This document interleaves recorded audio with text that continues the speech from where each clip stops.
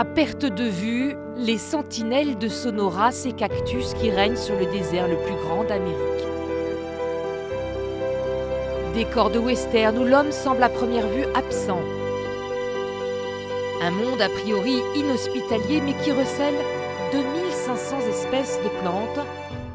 Un trésor qui fait l'admiration des touristes. Oui, vous êtes bien exposé là, super photo. James est un cow-boy reconverti en guide du désert. Sa passion, ces cactus sagaro qui peuvent mesurer jusqu'à 15 mètres. Merveille de la nature, des dizaines de fleurs sur ses branches, invisibles à hauteur d'homme. Les scientifiques disent qu'il a entre 150 et 350 ans, c'est dur de lui donner un âge. Ce qui est sûr, c'est que les premières branches ne poussent pas avant 50, 100 ans. Autre curiosité, les jumping cactus qui sautent sur les pieds et les mains de ceux qui s'en approchent. Plus vous essayez de retirer les épines, plus elles s'enfoncent. Donc vous voyez, c'est pas le meilleur endroit pour courir nu en jouant au frisbee. Ça rend vraiment humble d'être face à cette nature si puissante et sauvage. C'est superbe. C'est tellement immense. Il y a tellement de cactus, c'est très différent du Grand Canyon. Mais Sonora est victime de son succès. Des villas de luxe sont en train de coloniser le désert. Près de 2000 maisons sortent de terre chaque mois. Chacune a sa piscine privée. Cet agent immobilier organise une visite pour des clients intéressés par cette demeure de 10 pièces. Le gros point fort de la maison, c'est la magnifique vue.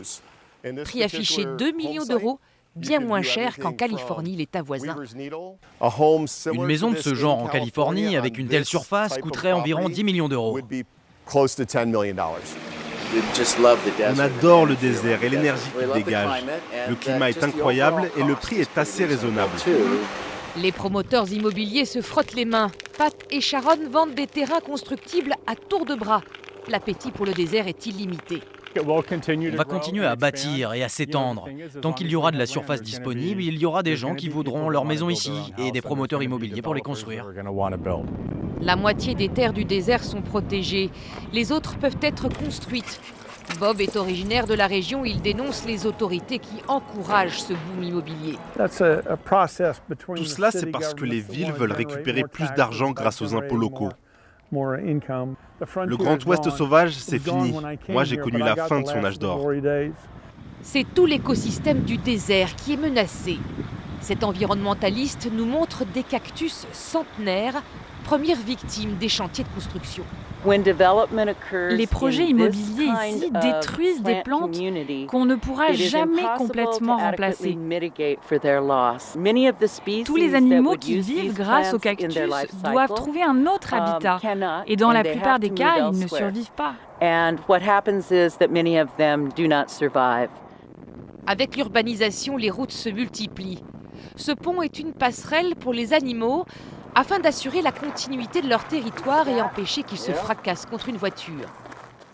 Ça, ce sont des crottes de coyotes ou peut-être de cochons sauvages.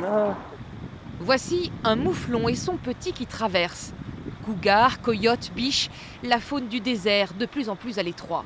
On est en train de découper les territoires de ces animaux et on ne pourra jamais les récupérer. Pour le moment, l'eau ne manque pas grâce au fleuve Colorado. Les nouveaux habitants n'ont donc guère d'état d'âme. Oui, c'est vrai, on s'installe dans le désert, mais on fait en sorte de conserver la faune et la flore, car on veut en profiter, et c'est ça qui fait son charme.